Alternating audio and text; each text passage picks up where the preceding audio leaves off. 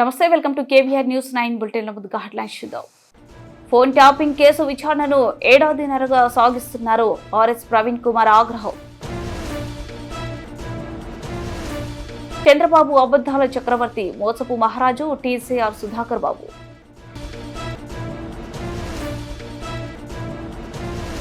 తెలంగాణ రాష్ట్ర SC ST minority సంక్షేమ శాఖ మంత్రి అడ్డూరి లక్ష్మణ్ కుమార్ కు ఘనంగా స్వాగతం. కాంగ్రెస్ ప్రభుత్వంలో కూడా విద్య నిర్వీర్యం అయినది పీడీఎస్యూ ఖమ్మం. నమస్తే, welcome to KVR news 9. Congress సర్కార్ డైలీ సీరియల్ల ఫోన్ ట్యాపింగ్ విచారణ సాగదీస్తుంది. ప్రభుత్వ వైఫల్యాల నుంచి దృష్టి మరల్చేందుకే అనుకూల మీడియాకు తప్పుడు లీకులిస్తూ డ్రామాలు ఆడుతుంది. రాష్ట్ర సాధన కోసం తెగించి పోరాడి 10 ఏళ్లు మంత్రిగా ఇప్పుడు ప్రతిపక్ష పాత్రలో తెలంగాణ అభ్యున్నతి కోసం పరితపిస్తున్న కేటీఆర్ పై దుష్ప్రచారానికి ఒడిగడుతుంది. కొన్ని మీడియా ఛానళ్లు సోషల్ మీడియా సెటైర్లతో వ్యక్తిత్వ హననానికి పాల్పడుతూ రాక్షస ఆనందం పొందుతుంది అని ఐపీఎస్ మాజీ అధికారి బీఆర్ఎస్ నేత ఆర్ఎస్ ప్రవీణ్ కుమార్ నిప్పులు చెరిగారు. సీఎం డైరెక్షన్లు పార్టీ పెద్దలు కన్నుసన్నలో గాంధీభవన్ నుంచి ఈ వ్యవహారం నడుస్తుందని విమర్శించారు. రహస్యంగా సాగాల్సిన విచారణ ప్రతీకారంతో రగిలిపోతున్న రేవంత్ రెడ్డి వైఖరితో తప్పుదారి పడుతున్నది. బీజేపీతో కలిసి ఆయన ఆడుతున్న నాటకంతో దేశ రాష్ట్ర అంతర్గత భద్రతకు ప్రమాదం పొంచి ఉన్నదని ఆందోళన వ్యక్తం చేశారు. Congress party deception, diversion, distraction అనే ఏవైతే టెక్నిక్స్ ఉన్నాయో ఆ టెక్నిక్ల ద్వారా ప్రజల సమస్యలను పక్కదారి పట్టించడం కోసం ఆడుతున్న బీజేపీతో కలిసి ఆడుతున్న ఈ హై వోల్టేజ్ డ్రామా గురించి, మరి ముఖ్యంగా టెలిఫోన్ ట్యాపింగ్ అంశం గురించి, దీంట్లో వాస్తవాలేంటి, అదేవిధంగా మరి ఫేక్ న్యూస్ ఏంటి, అలాగే ఏ విధంగా క్యారెక్టర్ అసాసినేషన్ జరుగుతూ ఉన్నది తెలంగాణలో. ఒక నేర చరిత్ర ఉన్న వ్యక్తి తనే ముఖ్యమంత్రి అయి, తనే హోంమంత్రి అయి ఆ పీఠం మీద కూర్చుంటే ప్రజల కనీస హక్కులు ఏ విధంగా కాలరాయబడుతున్నాయి, అదేవిధంగా జాతీయ భద్రతకు ఏ విధంగా ప్రమాదం పొంచి ఉన్నది. ఈరోజు మరి కొంతమంది మీడియా మిత్రులు ప్రభుత్వం ఇస్తున్న లీకులు ఏవైతే తీసుకొని రోజు కథనాలు నడిపిస్తున్నారో వాటి వల్ల జాతీయ భద్రతకు ఎలాంటి ప్రమాదం కలుగుతున్నది అన్న విషయాలను ఒక బాధ్యతాయుతమైన పార్టీగా భారత రాష్ట్ర సమితి మరి కేసీఆర్ గారి నాయకత్వంలో 25 సంవత్సరాలు ఎంతో గొప్పగా నడుస్తున్న పార్టీ, మరి మా బాధ్యతగా ఈరోజు వాస్తవాలను ప్రజల ముందర ఉంచాలని మేము అనుకున్నాం. అందుకొరకే ఈ ప్రత్యేకమైన పత్రికా సమావేశం పెట్టిన మిత్రులారా, మొట్టమొదట బీఆర్ఎస్వి నాయకుడు గెల్లు శ్రీనివాస్ యాదవ్ మీద పోలీసులు చేస్తున్న ఏదైతే దాడి ఉన్నదో, రేవంత్ రెడ్డి ఆదేశాల మేరకు జరుగుతున్న ఈ దాడిని మేమందరం కూడా ఖండిస్తున్నాం. మీడియా మీద దాడి చాలా విచారకరం, కానీ ప్రజల ఆగ్రహానికి ఒక్కొక్కసారి అదుపు ఉండదు. మరి ప్రజలు ఆగ్రహానికి ఎందుకు గురవుతున్నారు, తెలంగాణ సమాజం ఎందుకు కోపంతో కంపించిపోతూ ఉన్నది అన్న మూలాలకు కూడా ఈరోజు అందరూ మేధావులు కానీ ప్రజలు కానీ ప్రజాస్వామికవాదులు అందరూ పోవాల్సిన అవసరం ఉన్నది. ఇలా నిన్న మరి మహా టీవీ అనే ఒక ఛానల్ ఒక తెలంగాణకు వ్యతిరేకంగా ఉద్యమ కాలం నుండి నేటి వరకు కూడా తెలంగాణ ప్రయోజనాలకు వ్యతిరేకంగా ఛానల్ నడిపిస్తూ మరి ఆ ఛానల్లో తెలంగాణ వ్యతిరేక వార్తలు ప్రసారం చేస్తూ నిన్న ఎంతో నిర్లజ్జగా, ఎంతో ఘోరంగా సభ్య సమాజం సిగ్గుతో తల వంచుకునేలా ఈ మహా న్యూస్ ఛానల్ ఇలాంటి థంబ్నెయిల్స్ చదవడానికి కూడా ఇబ్బందికరంగా ఉన్నది. నా దగ్గరికి రాకపోతే ఆడియో లీక్ చేస్తా అని చెప్పి బీఆర్ఎస్ పార్టీ వర్కింగ్ ప్రెసిడెంట్ ఎంతో గొప్పగా కేసీఆర్ గారితో సహా హరీష్ రావు గారితో సహా లక్షలాది మంది ఉద్యమకారులను ముందరికి నడిపించిన నాయకులు, 10 సంవత్సరాలు తెలంగాణ రాష్ట్రాన్ని ప్రపంచ పటంలో పెట్టిన నాయకుడు, దార్శనికుడు. ఇప్పుడు అధికారంలో లేకపోయినా కూడా తెలంగాణ గురించే డల్లాస్ కానీ, లండన్ కానీ, చెన్నై కానీ ఏ వేదిక దొరికితే ఆ వేదికలో రాజకీయాలకు అతీతంగా మాట్లాడుతున్న నాయకుడు బీఆర్ఎస్ వర్కింగ్ ప్రెసిడెంట్ కేటీఆర్ గారి మీద అసభ్యకరమైన భాషలో ఇక్కడ థంబ్నెయిల్స్ కొన్ని పెట్టిండ్రు. నిజానికి న్యాయబద్ధంగా మాట్లాడితే తెలంగాణలో సైబర్ సెక్యూరిటీ బ్యూరో అని ఉన్నది. ఈ సైబర్ సెక్యూరిటీ బ్యూరో కింద ఎన్నో పోలీస్ స్టేషన్స్ ఉన్నాయి, సైబర్ క్రైమ్ పోలీస్ స్టేషన్లు. నేను ఈ సైబర్ సెక్యూరిటీ బ్యూరో అధికారులను అడుగుతా ఉన్నా, మీకు సైబర్ పెట్రోలింగ్ అని ఒక టీంలు ఉన్నాయి. ఈ సైబర్ పెట్రోలింగ్ చేసేటప్పుడు మీకు బీఆర్ఎస్ నాయకుల మీద ఇంత అసభ్యకరమైన భాషలో థంబ్నెయిల్స్ పెడుతూ యూట్యూబ్ ఛానళ్ళలో వ్యక్తిగత క్యారెక్టర్ ఏదైతే ఉన్నదో క్యారెక్టర్ను అసాసినేట్ చేస్తుంటే మీకు రావడం లేదా? మరి 67 ఐటీ యాక్ట్ కింద మీరెందుకు సోబోటో కేసులు పెట్టలేదు? మీరు గెల్లు శ్రీనివాస్ను తెలంగాణ భవన్కి వచ్చి రాత్రి 2 గంటలకు తీసుకొని పోయి ఇప్పటి వరకు కూడా ఆయన మీద ఏ ఎఫ్ఐఆర్ బుక్ చేసిండ్రు అనేది ఇప్పటికి కూడా మీరు చెప్పడం లేదు. కానీ మరి కేటీఆర్ గారి మీద, కేసీఆర్ గారి కుటుంబం మీద ఎంతో ఘోరంగా థంబ్నెయిల్స్ పెట్టి అసత్య ప్రచారాలు చేస్తుంటే వాళ్ళ మీద మీరు సోమోటో కేసు ఎందుకు పెట్టడం లేదు? ఇక్కడే మీ డొల్లతనం, మీ పక్షపాతం బయటపడతా ఉన్నది. ఇంకా మీరు ఎన్ని అరెస్టులు చేస్తే ఏం లాభం, ఎన్ని ప్రెస్ రిలీజ్ చేస్తే ఏం లాభం, ఎన్ని ఈవెంట్ చేస్తే ఏం లాభం? ఇక్కడ మీరు నిష్పక్షపాతంగా వివరించలేకపోతున్నారు. సో పోలీసుల మొండి వైఖరిని, పోలీసుల పక్షపాత వైఖరిని, రేవంత్ రెడ్డి అక్రమ ఆదేశాలను పోలీసులు కళ్ళు మూసుకొని పాటిస్తున్న వైఖరిని పూర్తిగా బీఆర్ఎస్ పార్టీ ఖండిస్తూ ఉన్నది. ఇప్పటికైనా మీరు బుద్ధి తెచ్చుకోవాలి. మీరు యూనిఫామ్లో ఉన్న అధికారులు, నేను కూడా ఒకప్పుడు మీ కుటుంబంలోనే ఉన్నాను. కానీ ఈరోజు పోలీసులు వ్యవహరిస్తున్న ఈ పక్షపాత ధోరణి ఏదైతే ఉన్నదో అది ప్రజాస్వామ్యానికే ప్రమాదం, డిపార్ట్మెంట్కే తలవంపులు తీసుకొచ్చే విధంగా ఉన్నది. ఇక రెండవది, మరి ఫోన్ ట్యాపింగ్ జరిగింది అంటున్నారు. నిజానికి ఫోన్ ట్యాపింగ్ ఎవరి హయాంలో స్టార్ట్ అయింది? ఈ తెలుగు రాష్ట్రాల్లో, ఈ దేశంలో కాంగ్రెస్ హయాంలో స్టార్ట్ అయింది. కాంగ్రెస్ ప్రభుత్వం ఆనాటి నుండి 55 సంవత్సరాలు దేశాన్ని పరిపాలించింది కాంగ్రెస్ పార్టీ. ఈ కాంగ్రెస్ పార్టీ హయాంలో ఫోన్ ట్యాపింగ్ స్టార్ట్ అయింది. ఈ ఫోన్ ట్యాపింగ్ ఎందుకు చేయాలి, ఎవరి కోసం చేయాలనేది ఇండియన్ టెలిగ్రాఫ్ యాక్ట్ సెక్షన్ 5 చాలా క్లియర్గా చెప్తా ఉన్నది. కానీ దీని గురించి ఎవరు కూడా మాట్లాడడం లేదు.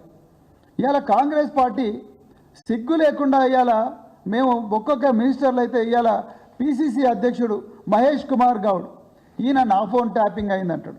అదేవిధంగా జూపల్లి కృష్ణారావు, ఆయన కూడా నా ఫోన్ ట్యాపింగ్ అయిందంటాడు. కొండా విశ్వేశ్వరరెడ్డి, ఆయన పేరు లేకపోయినా పోయి నన్ను కూడా పిలవండి అని చెప్పి ఆయన నా ఫోన్ ట్యాపింగ్ అయిందంటాడు. అదేవిధంగా ఇగో జూపల్లి కృష్ణారావు నా ఫోన్ ట్యాపింగ్ అయిందంటాడు. అదేవిధంగా కొండా విశ్వేశ్వరరెడ్డి పోయి ఈయన కూడా నా ఫోన్ ట్యాపింగ్ అయింది అంటాడు. అంటే ఇదేదో ఈ ఫోన్ ట్యాపింగ్ వ్యవహారము ఒక ముఖ్యమంత్రి చంద్రబాబు నాయుడుపై మాజీ ఎమ్మెల్యే వైఎస్ఆర్సీపీ ఎస్ఎస్ఎల్ రాష్ట్ర అధ్యక్షుడు టీజీఆర్ సుధాకర్ బాబు మండిపడ్డారు. మోసపూరిత దగకోరు రాజకీయాలకు కేర్ ఆఫ్ అడ్రస్ చంద్రబాబు అని ధ్వజమెత్తారు. ఈ రోజు తాడపల్లిలోని వైఎస్ఆర్సీపీ కేంద్ర కార్యాలయం నుంచి మాట్లాడిన టీజీఆర్ అబద్ధానికి నిలబెత్తు సాక్ష్యం చంద్రబాబు అన్నారు. తనకున్న మీడియా బలంతో లేనిది ఉన్న అటలా చూపించడంలో సమర్థుడు చంద్రబాబు అంటూ విమర్శించారు. ఎన్టీఆర్ నుంచి టీడీపీని కబ్జా చేసి నందమూరి వారసులను తొక్కేశారని చంద్రబాబు ఓ కబ్జా నాయకుడని ఆరోపించారు. చంద్రబాబు అబద్ధాలు చక్రవర్తి, మోసపు మహారాజు, 40 ఏళ్ల రాజకీయ జీవితాన్ని అబద్ధాలతోనే గడిపేశారు. ప్రజలకు ఇచ్చిన వాగ్దానాలను పవిత్ర గ్రంథంగా భావించిన వ్యక్తి జగన్. ఇచ్చిన ప్రతి హామీని జగన్ నెరవేర్చారు. ఎన్టీఆర్ అల్లుడనే ఒక ఏకైక హక్కుతో తెలుగుదేశం పార్టీని కబ్జా చేశాడు. అసలు నందమూరి వారసులందరినీ తొక్కేశాడు. ఇప్పటి వరకు తెలుగుదేశం పార్టీని కబ్జా చేసిన ఓ కబ్జా రాజకీయ నాయకుడు చంద్రబాబు నాయుడు. 40 ఏళ్ల అబద్దాల చక్రవర్తి అతను. 40 ఏళ్ల తన రాజకీయ జీవితాన్ని కేవలం అబద్దాలతోనే నడిపినటువంటి చక్రవర్తి, మోసపు మహారాజు చంద్రబాబు నాయుడు. ఇవన్నీ ఎందుకు మాట్లాడాల్సి వస్తుంది? ఈ సందర్భం ఏమిటంటే, ఓ పక్కనేమో 5 సంవత్సరాల తన సుపరిపాలనలో ప్రజలకిచ్చిన హామీలను ఓ బైబిల్గా, ఖురాన్గా, భగవద్గీతగా భావించిన జగన్మోహన్ రెడ్డి గారు ఒకవైపు, ప్రజలను వంచటం, వాళ్ళ ఓట్లను కొల్లగొట్టడం కోసం అబద్దాలను ఎలా చెప్పాలి అనే అంశం మీద పిహెచ్డి చేసిన చంద్రబాబు నాయుడు ఇంకోవైపు.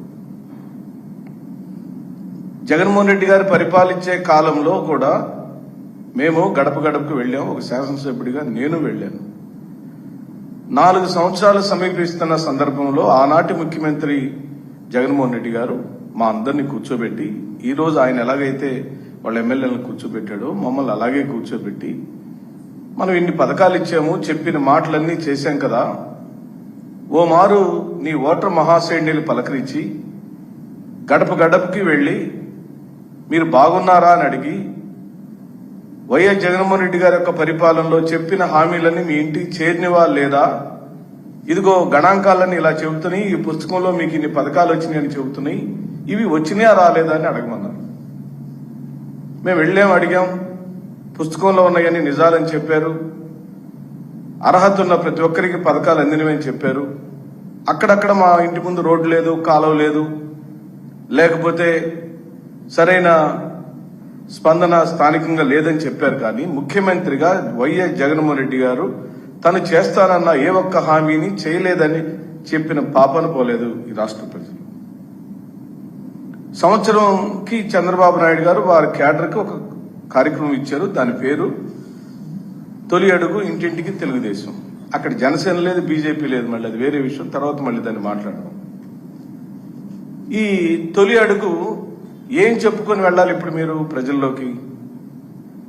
చేసింది శూన్యం, చెప్పుకోవడానికి ఏమీ లేని దైన్యం, సూపర్ సిక్స్ మృగ్యం, పదే పదే పాత అబద్దాలు రుద్దుతాం, జనం చెవుల్లో రక్తం కారేదాకా ఉపన్యాసాలతో మోత మోగిస్తాం, రోజు వైఎస్ జగన్మోహన్ రెడ్డి గారి వ్యక్తిత్వ హననాన్ని చేయటం.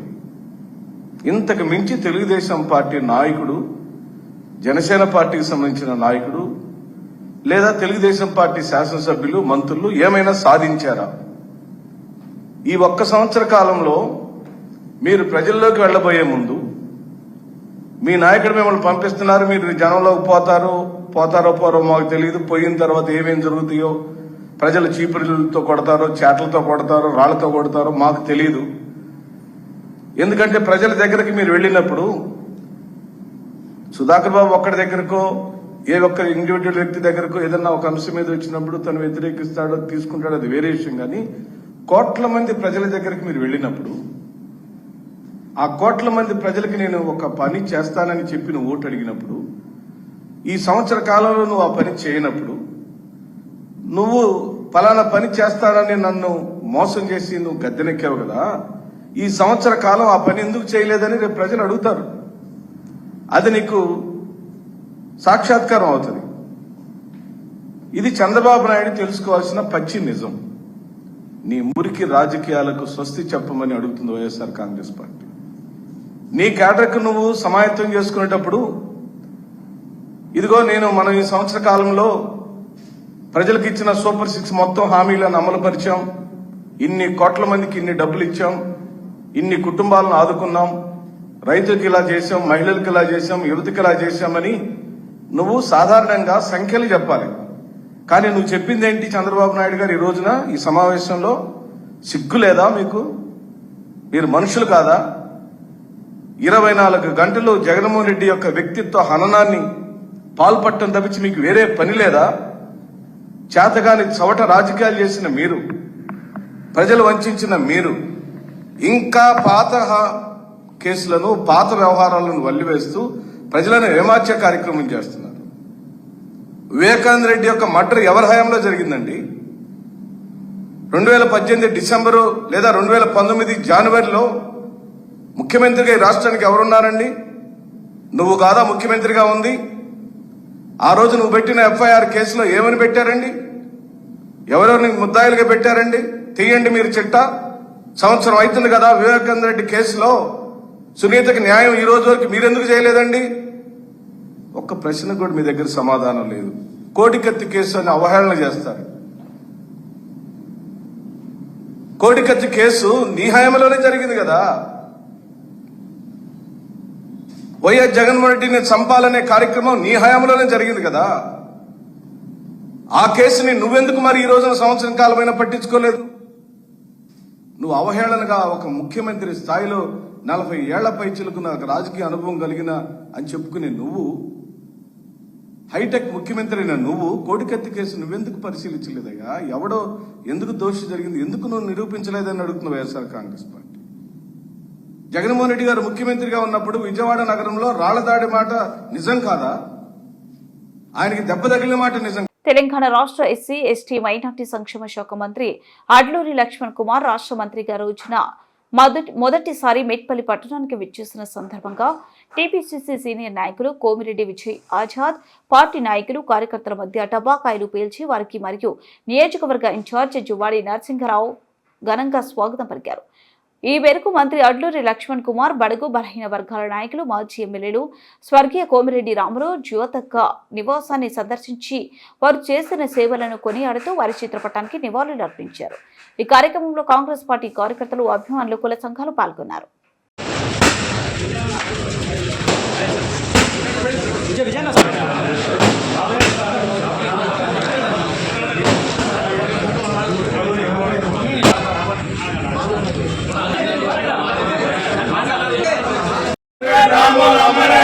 లక్ష్మణ్ కుమార్ గారి నాయకత్వం, లక్ష్మణ్ కుమార్ గారి నాయకత్వం, కాంగ్రెస్ పార్టీ, కాంగ్రెస్ పార్టీ.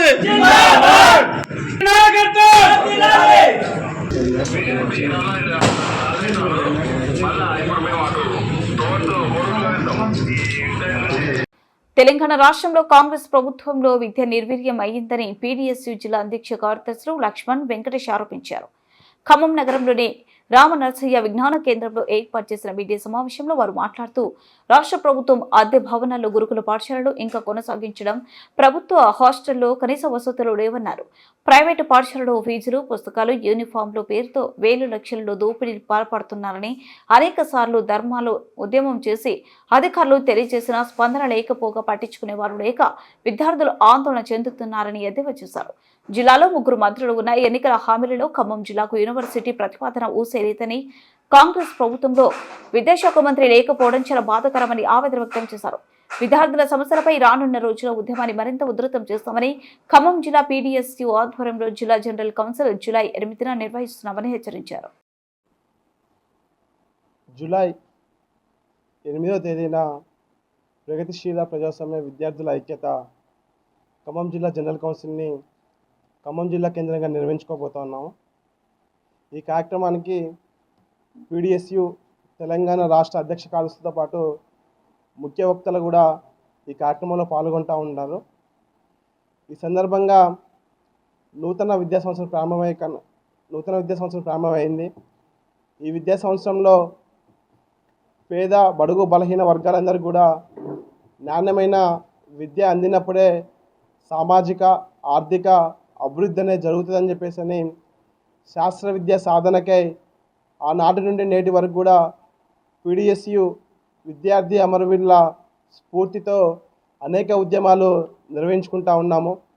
ఇదే సందర్భంగా ఈ నూతన 25-26 నూతన విద్యా సంవత్సరంలో ఒక నూతన కమిటీని ఎన్నుకొని ఈ రాష్ట్రంలో, దేశంలో అందరికీ మెరుగైన ఉచిత విద్య అందే విధంగా కార్పొరేట్, ప్రైవేట్ ఫీజుల దోపిడీకి వ్యతిరేకంగా ఉద్యమాన్ని నిర్మించుకోబోతా ఉన్నాము. ఈ సందర్భంగా ఆనాటి తెలంగాణ ఉద్యమంలో అనేక మంది యువత బలిదానాల ద్వారా రాష్ట్రాన్ని సాధించుకున్నాము. ఆనాడు ఒకటే భావించాము, రాష్ట్రం సాధిస్తే తెలంగాణ విద్యార్థులకు మెరుగైన విద్య అందిస్తుందని చెప్పేసి అని భావించాము, ఉన్నతమైన విద్య అందుతుందని చెప్పేసి భావించాము. కానీ నాటి పాలకులు బీఆర్ఎస్ ప్రభుత్వం హయాంలో విద్య మొత్తం కూడా వ్యాపారంగా మారి ప్రభుత్వ విద్య మొత్తం కూడా నిర్వీర్యమైన పరిస్థితి నాటి రాష్ట్రంలో చూసాము. ఆ తర్వాత కాంగ్రెస్ ప్రభుత్వం అధికారంలోకి వస్తే విద్యార్థులకి మెరుగైన విద్య అందుతుందని, గత ప్రభుత్వం కంటే కొంతైనా విద్యార్థులకి విద్య అందుతుందని భావించి కాంగ్రెస్ ప్రభుత్వంలోకి అధికారంలో తీసుకోవడం రావడం జరిగింది. కానీ నేటికి ఆ ప్రభుత్వం అధికారంలోకి వచ్చిన తర్వాత విద్య మొత్తం కూడా నిర్వీర్యానికి గురైన పరిస్థితి నేడు రాష్ట్రంలో కనబడుతూ ఉంది. ఒక రకంగా చూసుకుంటే వసతి గృహాల్లో విద్యార్థులకి ఈనాటి అకాడమిక్ ఇయర్లో సమస్యలతో కూడినటువంటి వెలికంని ఈరోజు రాష్ట్రంలో కనబడుతూ ఉన్నది, వెలికని చెప్పిన పరిస్థితి కనిపిస్తూ ఉన్నది. ఆ వసతి గృహాల్లో శిథిలావస్థకు చేరిపోయిన పరిస్థితి ఈరోజు రాష్ట్రంలో ఉన్నది. అదేవిధంగా ఈరోజు గురుకులాలకి కనీసము సొంత బిల్డింగ్లు ఏర్పాటు చేయకపోవడంతో పాటు వారికి కావాల్సిన రెంట్ కూడా విడుదల చేయకపోవడంతో ఎంట్రన్స్లో ప్రారంభంలోనే ఆ గురుకులాలకి అద్దె భవనాలకి లాక్లు వేసిన పరిస్థితి నేడు రాష్ట్రంలో కనబడతా ఉన్నది. తక్షణమే ప్రభుత్వం కూడా స్పందించి ఆ బిల్స్ ఏవైతున్నాయో ఆ బిల్స్ మొత్తం కూడా పెండింగ్ని కూడా రిలీజ్ చేయడం జరిగింది.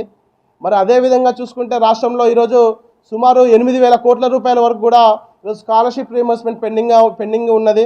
అదేవిధంగా ఎస్సీ ఎస్టీ విద్యార్థులు ఎవరైతే ఉన్నారో వారికి అందించినటువంటి డిఆర్డిఐ విద్య ఏదైతే ఉందో సుమారు 200 కోట్ల రూపాయలు కూడా పెండింగ్లో ఉన్నవి.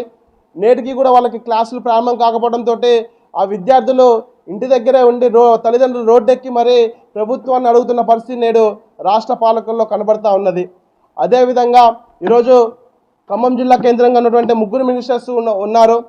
అనేక మంది సీఎంలు హామీ ఇచ్చి ఉన్నారు. 40 ఏళ్ళుగా ఖమ్మం జిల్లా కేంద్రంగా ఒక ప్రభుత్వ జనరల్ యూనివర్సిటీ కావాలని చెప్పేసి అని కూడా అనేక సంవత్సరాలు ఇక్కడ ఉన్నటువంటి ఉద్యమ నాయకులందరూ కూడా అడుగుతూ ఉన్నప్పటికీ అనేక మంది సీఎంలు హామీ ఇచ్చి ఉన్నారు. ఇప్పటికీ కూడా ఆ యూనివర్సిటీ ప్రతిపాదన అనేది జిల్లా కేంద్రంగా ఎక్కడ కూడా కనబడటం లేదు. అదేవిధంగా ఖమ్మం జిల్లాకి పాలే జేఎన్టీహెచ్ యూనివర్సిటీ తీసుకొని రావడం జరిగింది.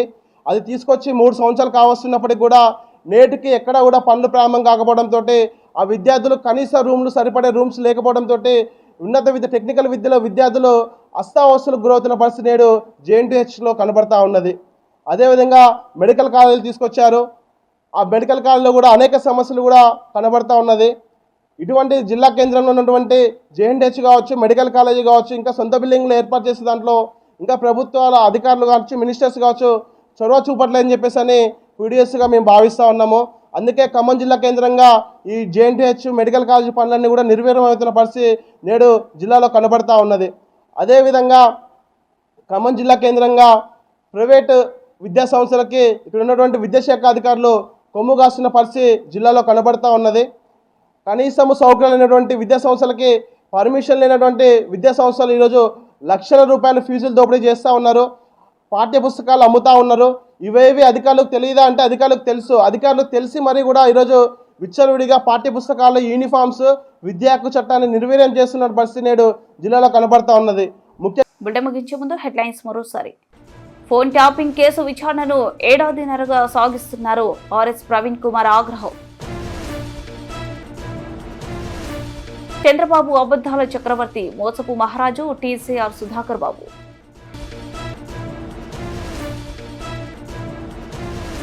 తెలంగాణ రాష్ట్ర ఎస్సీ ఎస్టీ మైనార్టీ సంక్షేమ శాఖ మంత్రి అడ్డూరి లక్ష్మణ్ కుమార్ కు ఘనంగా స్వాగతం. కాంగ్రెస్ ప్రభుత్వంలో కూడా విద్య నిర్వీర్యం అయినది పీడీఎస్యు ఖమ్మం.